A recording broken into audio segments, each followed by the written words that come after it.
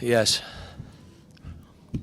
Just first off, Meleek Thomas tonight. I know it had been 3 kind of quiet games from him after he started the season so brilliantly. Just how good was it to get him in going in a groove tonight, hitting the open shots, and what did you see? His practices since he came back, he was back to being aggressive and taking plays, and I told him, I'm going to let you make plays.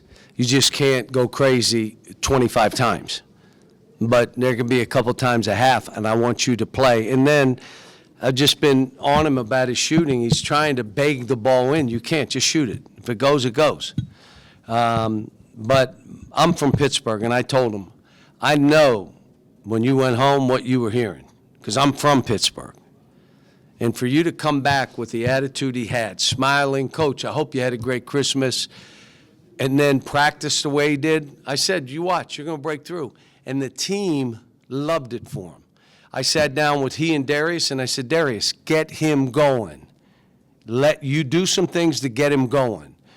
And they're completing each other. Those two together on the court are pretty darn good. Are you surprised maybe just how good of a three-point shooting team you guys have this year? Yeah, but what we do better than anybody is sprint up the court and lane touch, which is why you get threes. Now, if you're just standing there on the perimeter, just shooting threes, you know what you never get a chance to shoot? Free throws. You're not getting any free throws. We end up, again, in a normal game, we're getting 30-some free throws, which means we're lane touching. Yeah, I like that we can shoot threes. But if you think my team's going to shoot 38, 45, 50, you know, we're going to play basketball. And that means you're going to get to the line, you're going to shoot a high percentage, you're going to have low turnovers. I mean, that's how we play basketball. Hopefully defend better than we've been defending. Thought DJ had a nice night tonight. I guess just what have you seen from him, just both on the court, off the court, throughout the non-conference slate as you guys now go? You just got to keep getting more confident. You can't have one play. Like I told one of the guys today, you put your head down after a missed shot, I'm taking you out. So figure that out. And I told him all today, my will is stronger than your will. It is. I don't care what. If you think your will is stronger than me, go ahead. Now you're going to have a strong will from the sideline, but I'm telling you how I want you to play. And if your head goes down, your body language kills the rest of us. Just play. We had great practices. We had a great shooter on. Just play. You don't have to, I can't miss. I missed the layup. What? Who cares? This is a ball game. Have fun. So, and then we got a couple other guys that the fight that you got to have without fouling, the energy you got to play with, they're still learning. And I said, I'm not backing up. I'm not backing up. If you're not going to get out there and fight, sub yourself because you're tired. Let somebody else play. We got enough guys. I was happy that we were able to play Isaiah today. You watch and you say, he got a chance. He really does. But he walked in the game, he gave up a three to start the game, right, as he walked in. Come on, man. We worked on how we were going to play that stuff. He's got some of that stuff to do, but I'll tell you, his instincts, I'm loving it.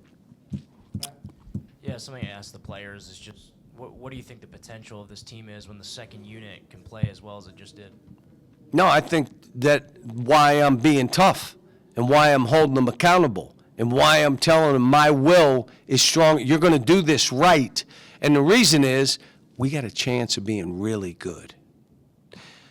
How about Meleek Ewing making strides? What if he makes strides? What if we have guys that instead of hanging their head, just keep playing?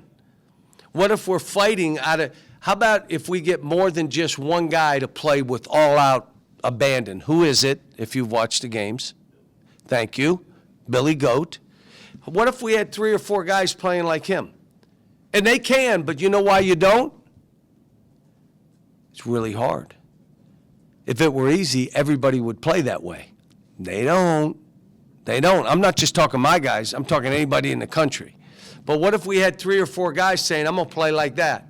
I'm going to dive on the floor. I'm going to take it, and there's no trick bag. I'm getting that ball in the basket on the lay. I'm not coming back the other way and just shoot. I'm not doing that. Does he make mistakes? Yeah, he does. Does he miss shots? Yeah, he does. I get on him. He's like, I got it. That's me. So the reason I'm being the way I am, last year, how did I have to be when we were 0-5?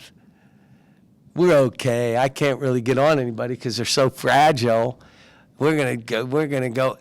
And now I got one of the teams that I'm used to coaching. Let's go. I'm not backing up. Look, it doesn't mean we walk in Saturday and win. We got Tennessee. They are really good, really rough, good guard play. They're big. They got good score. They're good. All I'm saying is, if we're right, we don't need to worry about outcome. We don't need to worry about expectations. Just play. And if it's not good enough, we'll move on to the next game. I mean, you guys are getting ready to start conference play this weekend. How prepared do you feel like your team is to start that slate? Well, if anybody played 5 harder games than we played, I need you to look them up. If anybody played the 5 teams that we played. And if they did, tell me who it is. So those games prepared us for our league. But so did all these other games. This team played zone. I think we're a good zone offensive team. They played zone. They chose to do it. That's why we went on a run. There are teams that trapped our pick and roll. This team tried it. We were better against it. We played Houston. We told them what to do, but they were trying to make the hardest play. When you're trapped, you won't believe this, it's 4 of our guys and 3 of their guys, because 2 are on you. So just give up the ball. Well, we did it this game. Guys didn't hold the ball. They just got rid of it, and we played. All that stuff helps. The teams that we played, even outside of those 5, the teams that we played helped us. They all did something different.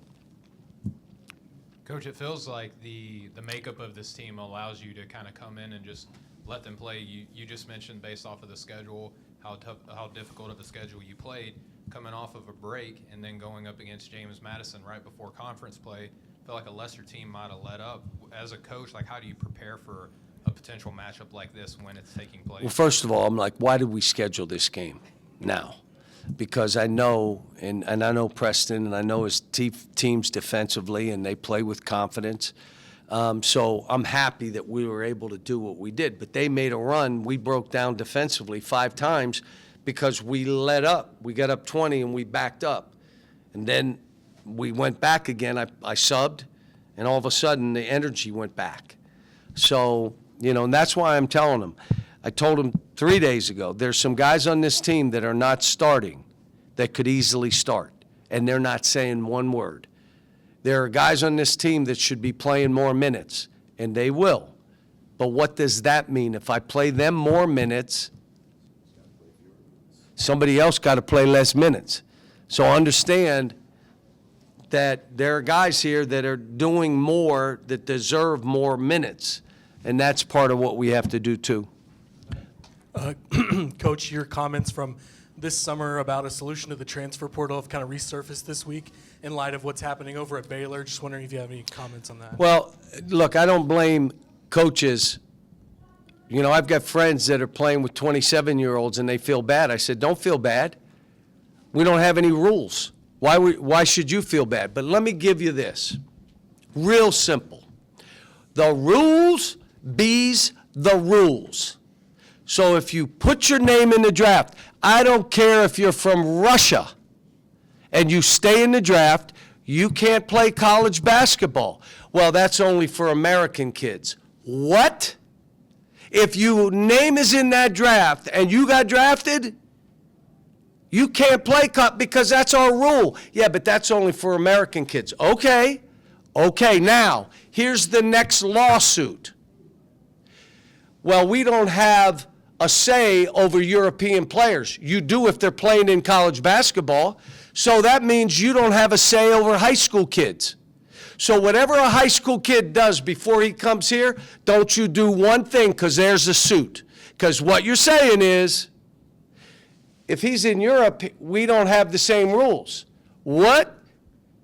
If he puts his name in the draft, he can't go to college. He left his name in. Well, that's different because he's European. Okay, you're not doing anything with a high school player then. We don't have any jurisdiction over a high school player, do we? We don't. So, when they come, you just got to say, all right, now they're here. The other thing, the eligibility. Again, real simple. You got 5 years to play 4. If you stay at the same school 4 years, we'll give you a 5th year. If your coach leaves or is fired, you can transfer without penalty. You can do it once, and if the coach is fired or leaves, you could end up doing it twice. But after that, you got to sit out. You transfer, but you got to sit out. Does anybody care what this is doing for 17 and 18-year-old American kids? Do you know what this opportunity has done for them and their families? There aren't going to be any high school kids. Who, other than dumb people like me, are going to recruit high school kids? I get so much satisfaction out of coaching young kids and seeing them grow and make it and their family life changes that I'm going to keep doing it. But why would anybody else, if you can get NBA players, G League players, guys that are 28 years old, guys from Europe, do we really know their transcript? Do we have somebody over there? Do we really know their birth certificate? Or don't we? And then, there's no, look, Tommy Izzo, Mark Few, there are a bunch of us that are just, we got no rules. Why did they let that kid play? Tell us all. Here's what the reason. Then we'll all go get pros.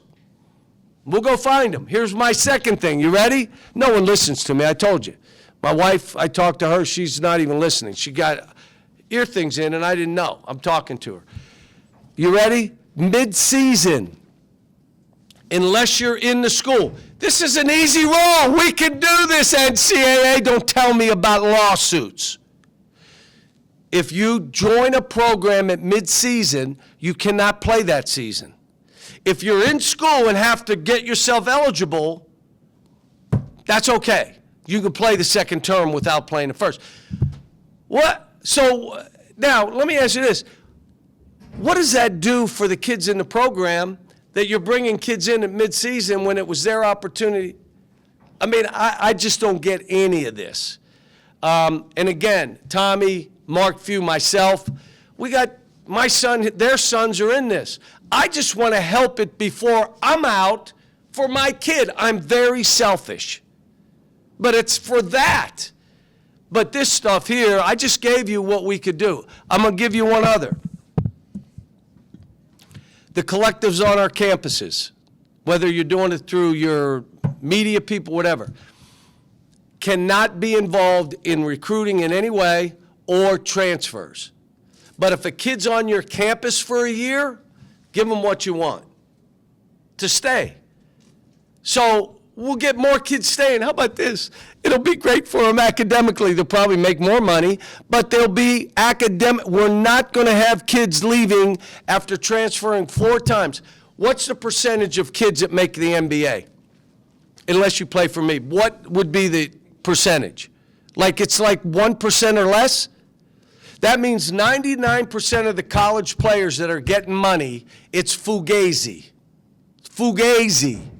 Because they're getting 400, 500, 800, a million, and they're not pros. So now they have to go get a job after 4 stops. No college degree. No loyalty from the state or the program or anybody. You were a mercenary. Okay, now you got to go get a job. I don't care what a kid makes. It doesn't. But I do care what we're doing to young people. If all these kids could make $4 million, I don't care. But what we're doing by letting them have transfer at will. Transfer once. Coach leaves, you can go twice without penalty. But other than that, you got to sit out. Because now you get 3 years at one school, you're going to get a college degree. You can't be 30. You got 5 years. Clock is ticking. If you go pro, I don't care what country you're from, you leave your name in, you cannot play college basketball. If you transfer mid-season, can't play. You got to sit out. How about we just do that stuff? We can do it without having Congress and the Senate getting 60 votes. We can do that. Let them sue us on that stuff. I wish you wouldn't have asked me that question. Just obviously everybody knows what the SEC was last season. You guys are entering into it now. I guess just what is your perception, your thoughts on the league as you head into The league last year was totally outrageous, okay? There were 4 or 5 teams that were so good. We were one of the 8 that were in there. We were pretty good too, but we weren't one of those 5. We just weren't. Now you got about 8 or 9 that are all within 3 or 4 points of each other. And they're good. They're just not the 5 of last year. But they're all within. So you're going to walk in, every game is a war. There's no, all right, we got this game. What? So how many games do we have? 18?